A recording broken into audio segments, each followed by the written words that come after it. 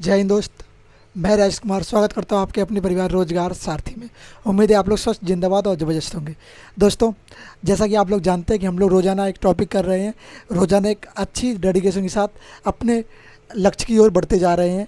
तो उसी डेडिकेशन के साथ बढ़ते बढ़ते हम लोग किसको कवर करते, इतिहास को कवर करते करते हम लोग आ चुके हैं एक नए टॉपिक पर। नया टॉपिक क्या है?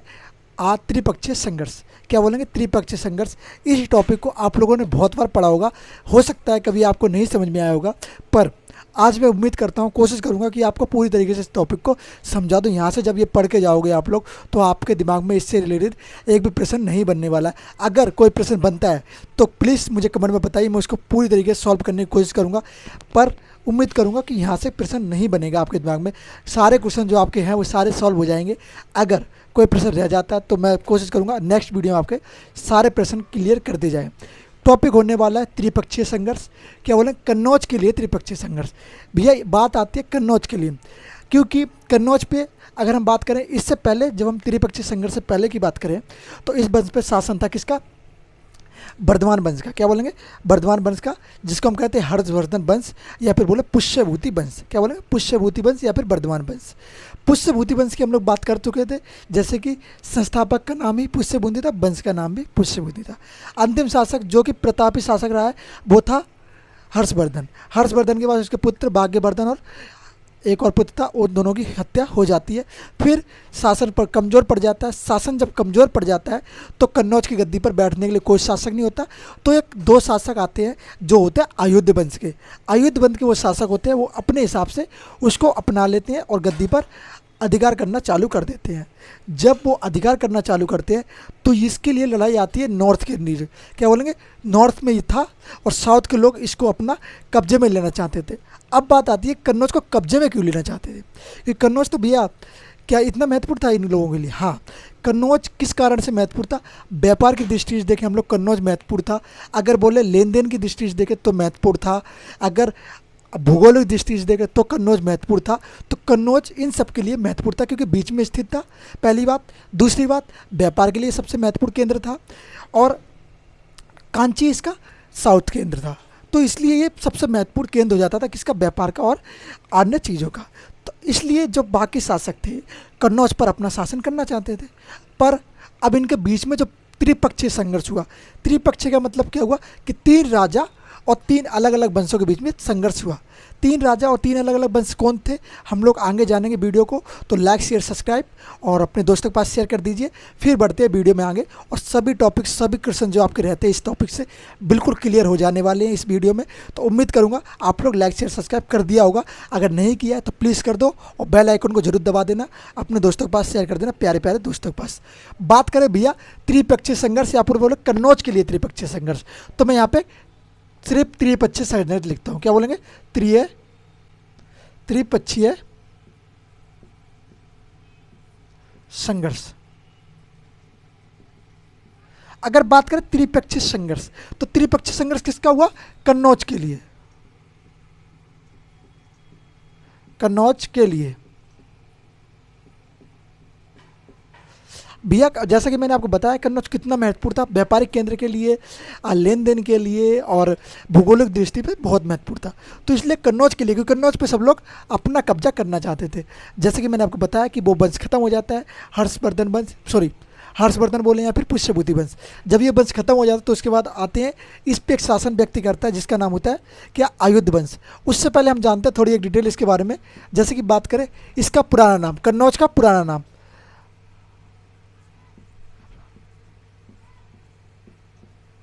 अगर पुराना नाम की बात करें तो कन्नौज के दो पुराने नाम हुए, एक तो कान्याकुंज और एक महोदय है। क्या बोलेंगे? कान्याकुंज,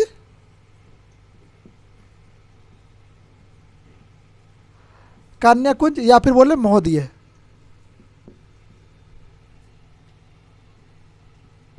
महोदयात्री, ये हुए भैया कन्नौज के दो पुराने नाम, जो कि कन्नौज पहले इनके पुराने नाम थे। वर्तमान कन्नौज है, पहले ये दो नाम हुआ करते थे। अब क्या बात रहेगी? अब कान्याकुंज हो गया भैया, अब कान्याकुंज हो गया और कन्नौज हो गया। अब बात करते हैं इस पे शासन। तो शासन करने वाले तीन शासनों के शासक के बीच में इस पर विरोध हुआ है, तीन वंशों के बीच में इसमें विरोध हुआ है। तो वो तीन वंश कौन कौन से थे? पहले वंश की बात करें, अगर पहले वंश की बात करें तो पाल वंश, क्या कहेंगे, पाल वंश। पाल वंश, अगर पाल वंश के शासक की बात करें, किस शासक, कौन सा शासक के बीच में युद्ध चालू हुआ था, तो आप कहेंगे धर्मपाल था उस समय जब ये त्रिपक्षीय संघर्ष हुआ था। तो शासक कौन था, धर्मपाल। अब बात करते हैं दूसरे नंबर के वंश की, तो दूसरे नंबर का वंश कौन सा, गुज्जर प्रतिहार। गुज्जर प्रतिहार भैया कहाँ पर स्थित है, तो आप कहेंगे गुजरात में स्थित है ये लोग, गुज्जर प्रतिहार, गुज्जर प्रतिहार। गुज्जर प्रतिहार के वंश के शासक कौन थे, तो आप कहेंगे गुज्जर प्रतिहार वंश के शासक थे वत्सराज। आप लोगों ने बहुत बार नाम सुना होगा वत्सराज। आज हम लोग वत्सराज के बारे में भी बात करेंगे कि वत्सराज कैसे शासक थे, कैसे कैसे इन्होंने इस संघर्ष में भाग लिया, क्योंकि ये संघर्ष अकेला नहीं था, इस पे 3 वंशों ने शासन करने की कोशिश करी है। लास्ट में कौन इस वंश पे शासन करता है वो भी जानेंगे। और आखिरी हो रहा है राष्ट्रकूट वंश। आखिरी है कौन से, राष्ट्रकूट। राष्ट्रकूट के शासक कौन हुए, तो आप कहेंगे राष्ट्रकूट के शासक थे ध्रुव। राष्ट्रकूट वंश के एक शासक थे ध्रुव। ओके दोस्त, यहाँ तक क्लियर। अब हम लोग थोड़ा मैपिंग के माध्यम से समझ लेते हैं कि मैपिंग के माध्यम से ये कहाँ कहाँ स्थित है। जैसे कि बात करें, ये अपना प्यारा सा भारत,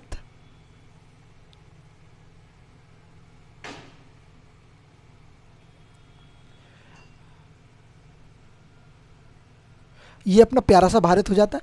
अगर बात करें इस प्यारा से भारत में वेस्ट टू ईस्ट, अगर वेस्ट और ईस्ट की बात करें, ये वेस्ट और ईस्ट, अगर ईस्ट में अगर हम उत्तर की ओर जाते हैं, ऊपर क्या रहेगा, ऊपर आपका उत्तर हो जाता है, क्या कहेंगे, उत्तर।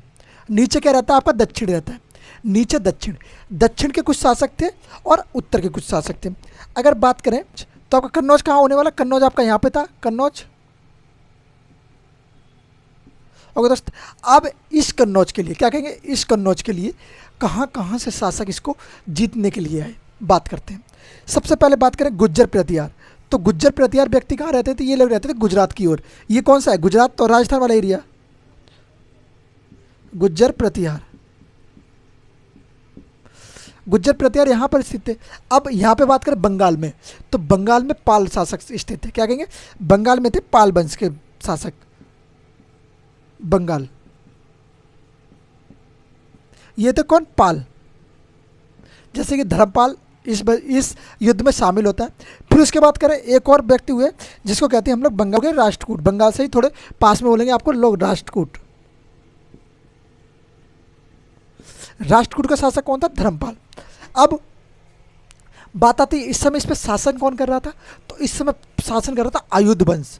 कौन शासन कर रहा था, आयुध वंश, आयुध।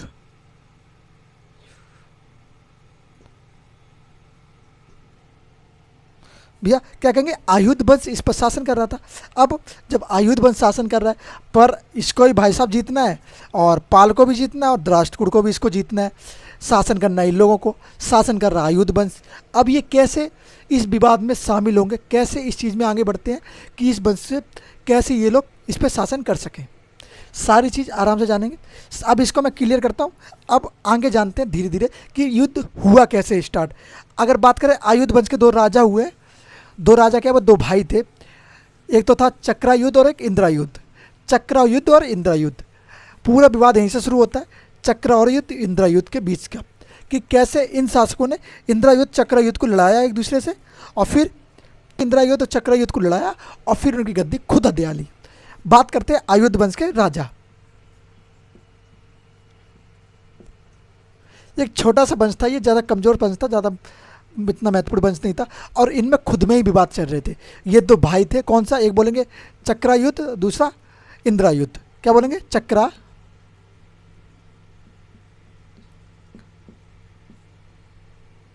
चक्रायुद्ध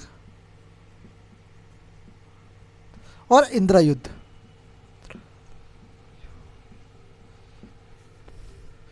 चक्रायुद्ध और इंद्रायुद्ध। ओके दोस्त, तो ये 2 भाई थे।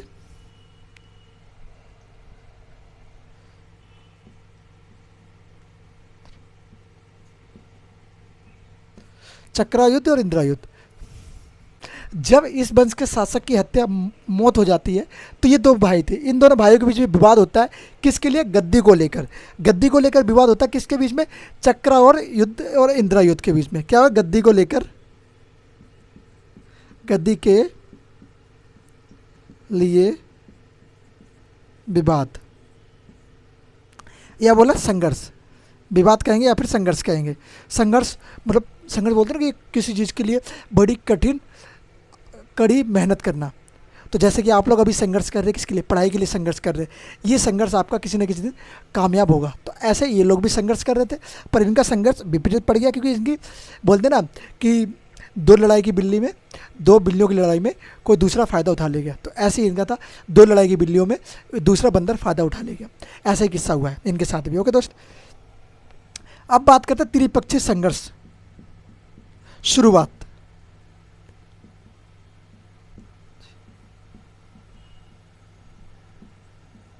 संघर्ष के सबसे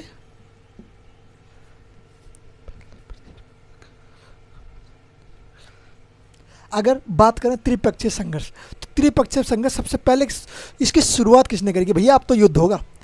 क्या हो गया? इनने कहा कि अब तो युद्ध होगा, अब मैं इसको लेके रहूँगा। तो ये संघर्ष की शुरुआत किसने करी? तो कहेंगे सबसे पहले त्रिपक्षीय संघर्ष के सबसे पहले प्रतिहार वंश के शासक, क्या कहेंगे? प्रतिहार वंश के शासक वत्स ने करी। किसने करी? गुज्जर प्रतिहार वंश के शासक कौन थे? वत्स थे। तो इसकी शुरुआत किसने कर दी? वत्स ने कर दी। वत्स ने भैया, क्या वत्सराज ने कैसे करी? तो आप कहेंगे वत्सराज ने क्या किया? इन दोनों भाइयों को लड़ा दिया, एक दूसरे में लड़वा दिया, इन दोनों में लड़ाया। तो ये जो गुज्जर प्रतिहार वंश के राजा थे वत्सराज क्या किया? इन दोनों की लड़ाई में बीच में शामिल हो गए, बीच में चले गए इन दोनों लड़ाई में। और इन दोनों लड़ाई में क्या किया इन्होंने? क्या किया? इंद्रयुद्ध को हरा दिया। क्या किया? इंद्रयुद्ध जो था उसको हराया और चक्रयुद्ध को गद्दी पर बिठा दिया। किसको हरा के? चक्रयुद्ध को, सॉरी, क्या कहेंगे? चक्रयुद्ध को हराकर इंद्रयुद्ध को क्या करता है? ये गद्दी पर बैठा देता है। क्या कहेंगे आप लोग? कहेंगे कि यह इंद्रा युद्ध को गद्दी पर बैठाता है। अब भैया बैठा तो दिया गद्दी पर इसने, पर शासन अब किसके हाथ में आ गया? शासन आ गया वत्सराज के हाथ में, क्योंकि ये तो नाम मात्र का, क्या बोलेंगे, नाम मात्र का राजा था। शासन कौन करता है इस पे? शासन करता है गुज्जर प्रतिहार वंश के शासक, जिसका नाम था वत्सराज। वत्सराज के दिमाग में ये चल रहा था, पर इसको क्या पता था कि और भी इस राज्य को, या बोले इस जगह को हड़पने के लिए और भी शासक तैयार बैठे हैं। जैसे कि बात करें पाल वंश के शासक धर्मपाल, बात करें राष्ट्रकूट वंश के शासक ध्रुव, ये सब लोग इसी के लिए बैठे थे इंतजार में कि भैया तुम हमला करो फिर हम भी करते हैं। तो फिर बात क्या हुई? फिर आया इसमें शामिल हुआ कौन? धर्मपाल। फिर क्या हुआ? इस युद्ध में उतर गए। कौन उतर गए? धर्मपाल भी इस युद्ध में उतर जाते हैं। धर्मपाल क्या करते? इंद्रयुद्ध जो था उसको हरा देते हैं। धर्मपाल ने क्या किया? इसने इंद्रा युद्ध को हराया और गद्दी पर चक्रयुद्ध को बिठा दिया, और गद्दी पर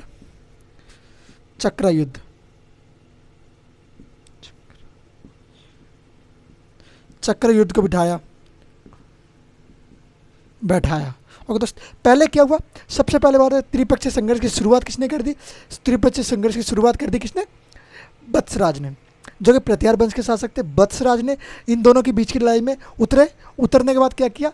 चक्रयुद्ध को हरा दिया और इंद्रयुद्ध को गद्दी पर बिठा दिया। उसके बाद धर्मपाल भी आए। धर्मपाल ने कहा ऐसे कैसे, मैं भी आऊँगा, फिर मैं भी इस संघर्ष में शामिल होऊंगा, मुझे भी कन्नौज पर राजा बनना है। तो वो भी शामिल हो गए। उसने क्या किया? धर्मपाल आया बीच में। धर्मपाल ने क्या किया? इंद्रयुद्ध को हरा दिया। इंद्रयुद्ध को हराया, उसको चक्रयुद्ध को गद्दी पर बैठा दिया। इन दोनों के भाइयों के बीच की लड़ाई चल रही थी और ये लोग शामिल होते बीच में आ रहे थे, क्योंकि ये इनका शासन कहाँ पे था? आयुध वंश का शासन कहाँ पे था? मैंने आपको मैप बना के बताया था, कन्नौज पर इनका शासन था। और कन्नौज पर महत्वपूर्ण शासन करने का मन किसका था? इन तीनों शासकों का। अब इन तीनों शासकों में शासन कौन करेगा वो हम लोग आगे जानेंगे धीरे धीरे। ओके, आगे जाते हैं। बात करें, धर्मपाल ने इंद्रयुद्ध को बैठाया। फिर क्या हुआ? फिर युद्ध हुआ इन लोगों के बीच में। युद्ध क्या होता है? फिर युद्ध होता है। फिर युद्ध में क्या होता है? फिर जो धर्मपाल है वो हार जाता है। किसके हाथों? धर्मपाल हार जाता है वत्सराज के हाथों। क्या कहेंगे? वत्सराज ने, फिर क्या हुआ? राज ने, वत्सराज ने क्या किया, धर्मपाल को हरा दिया, क्योंकि गद्दी पर तो वह बैठा था इंद्रयुद्ध, क्या कहेंगे, गद्दी पर चक्रयुद्ध था, क्योंकि पहले क्या हुआ, पहले इंद्रयुद्ध आया, फिर गद्दी पर चक्रयुद्ध आ गया, पर पहले प्रतिहार वंश ने बिठाया था, दोबारा में धर्मपाल वंश ने बिठाया था, पाल वंश वालों ने बिठाया था, पर शासन कौन किसके हाथ में था, पाल वंश के, प्रतिहार वंश के, बाद में पाल वंश के हाथ में शासन आ गया। पर जैसे कि आप लोग जानते हैं कि महत्वपूर्ण जो शासन की बागडोर किसके हाथ में थी, पाल वंश के हाथ में थी। ये तो इंद्रयुद्ध या चक्रयुद्ध ये तो सिर्फ नाम मात्र के शासक थे। ओके दोस्त, वत्सराज ने क्या किया, वत्सराज ने धर्मपाल को हराया।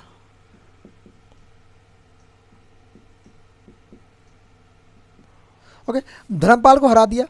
अब ये क्या हुआ, धर्मपाल को इसने हरा दिया। जब धर्मपाल इससे हार जाता तो फिर क्या होता है, फिर धर्मपाल हार गया। फिर वत्सराज को कौन हराया भैया, फिर वत्सराज को एक शासक आता ध्रुव, जो कि राष्ट्रकूट वंश का शासक था। अब बात करते हैं, वत्सराज को ध्रुव ने हराया। ये किस वंश का शासक था, आप कहेंगे राष्ट्रकूट वंश का शासक था, कूट शासक, ये राष्ट्रकूट शासक था। इसने भैया इसको हरा दिया। भैया ये क्या चल रहा है, वो इसको हरा रहा है, वो इसको हरा रहा है, वो इसको चला रहा है। हाँ भाई, इसलिए तो क्या क्या है, त्रिपक्षीय संघर्ष। त्रिपक्षीय संघर्ष का मतलब क्या था, चलो मैपिंग वाइज समझ लेते हैं। जैसे कि बात करें, ये एक त्रिकोणीय संघर्ष, जिसको हम त्रिकोणीय संघर्ष बोलते हैं, त्रिपक्षीय संघर्ष भी कह सकते हैं। तो त्रिकोणीय संघर्ष में क्या हुआ, सबसे पहले बात करें, ऊपर की ओर कौन आ गया, गुज्जर प्रतिहार आ गए। एक तरफ तो गुज्जर प्रतिहार हो गए, एक तरफ ये गुज्जर प्रतिहार हो गए, दूसरी तरफ कौन हो गए, एक तरफ पालवंश हो गए, दूसरी तरफ पालवंश हो गए, पालवंश, और एक तरफ हो गए जाके राष्ट्रकूट वंश, एक तरफ हो गए राष्ट्रकूट वाले।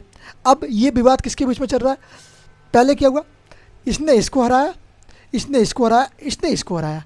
अब ये एक दूसरे को हराए जा रहे हैं। लास्ट में क्या होता है, लास्ट में कौन जीता वो तो हम बहरहाल आगे जानेंगे। यहाँ पे बात करते हैं, गुज्जर प्रतिहार वंश का शासक था वत्सराज।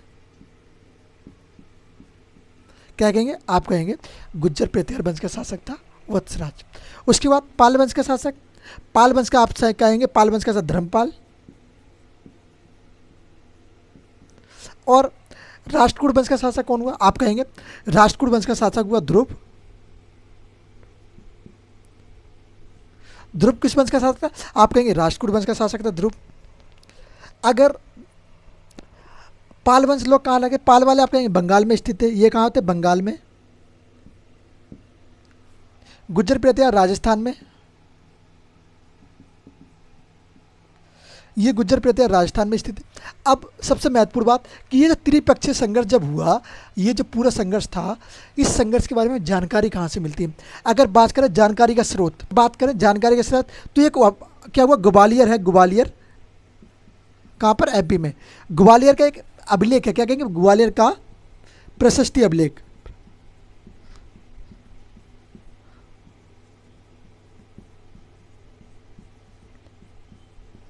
क्या मिलता है, प्रशस्ति अभिलेख से क्या मिलता है हमें, जानकारी।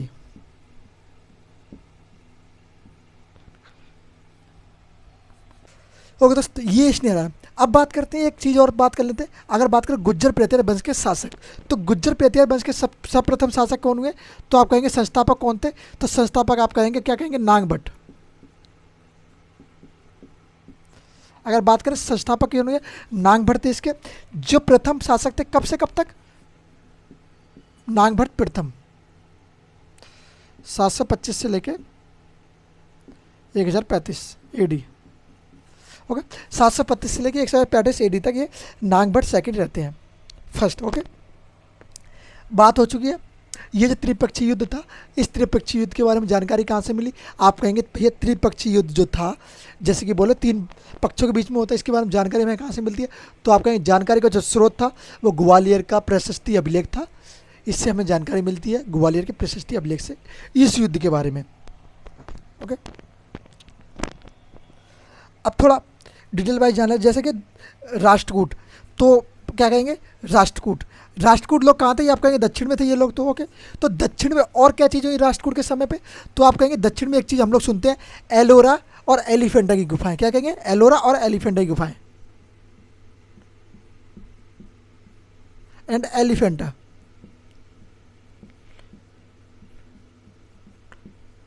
की गुफाएं। अब भैया का इनका निर्माण करवाया किसने किया? राष्ट्रकूट शासकों ने करवाया था इनका निर्माण। निर्माण किसने करवाया? तो आप बोलेंगे राष्ट्रकूट शासकों ने। जब इसका निर्माण करवाया तो इनकी संख्या कितनी थी? तो मैं यहाँ पे लिख देता हूँ इनके ऊपर ऊपर संख्या कितनी थी इनकी, आप कहेंगे संख्या थी 34। क्या कहेंगे? 34। अब ये जो 34 संख्या थी, इन 34 संख्याओं को भी डिवाइड किया गया है। क्या कहेंगे? 34 संख्या जो थी उनको डिवाइड किया गया है। कितनी कितनी संख्या किस किस धर्म को, क्या बोलेंगे, किस किस धर्म के लिए समर्पित थी। बात करें बौद्ध धर्म और जैन धर्म और हिंदू धर्म के लिए, तो बौद्ध धर्म के लिए कितनी थी?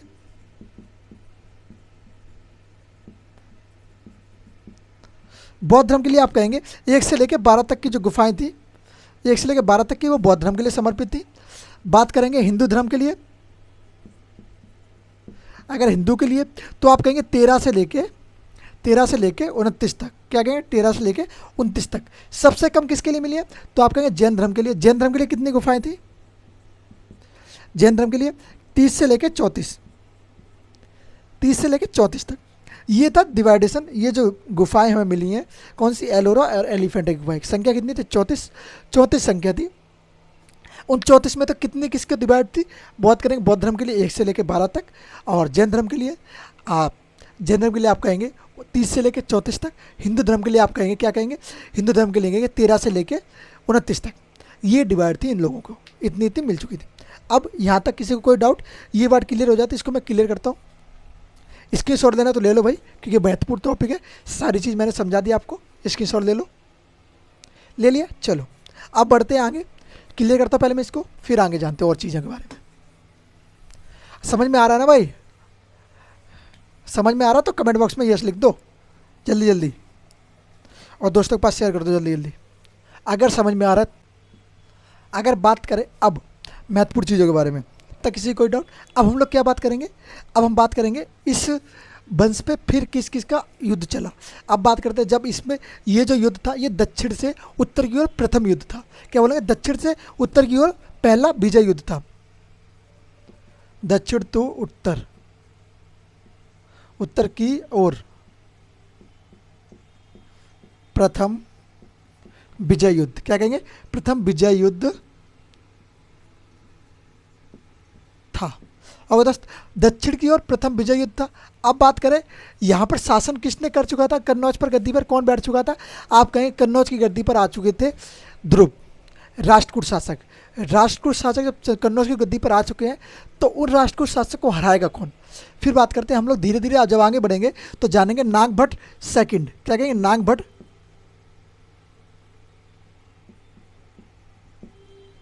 नागभट्ट सेकंड। नागभट्ट सेकंड जो आता है, तो वो क्या करता है? नागभट्ट सेकंड क्या करता है? दोबारा से इस गद्दी पर जीतता है और फिर दोबारा से स्थापना करता है अपने नए शासन की। नागभट्ट सेकंड ने इस चीज़ का क्या लिया? बदला लिया। नागभट्ट सेकंड ने बदला लिया। किस चीज़ का बदला? पहले जब ये लोग हार गए थे, किससे हार गए? पाल और गुज्जर, पाल और राष्ट्रकूटों से, तो इसका इन्होंने बदला लिया। किसने लिया? नागभट्ट सेकंड ने इस चीज़ का बदला लिया और फिर क्या किया? इसको अपने आप में कब्जा ले लिया। क्या किया? गुज्जर, प्रतिहार वंश के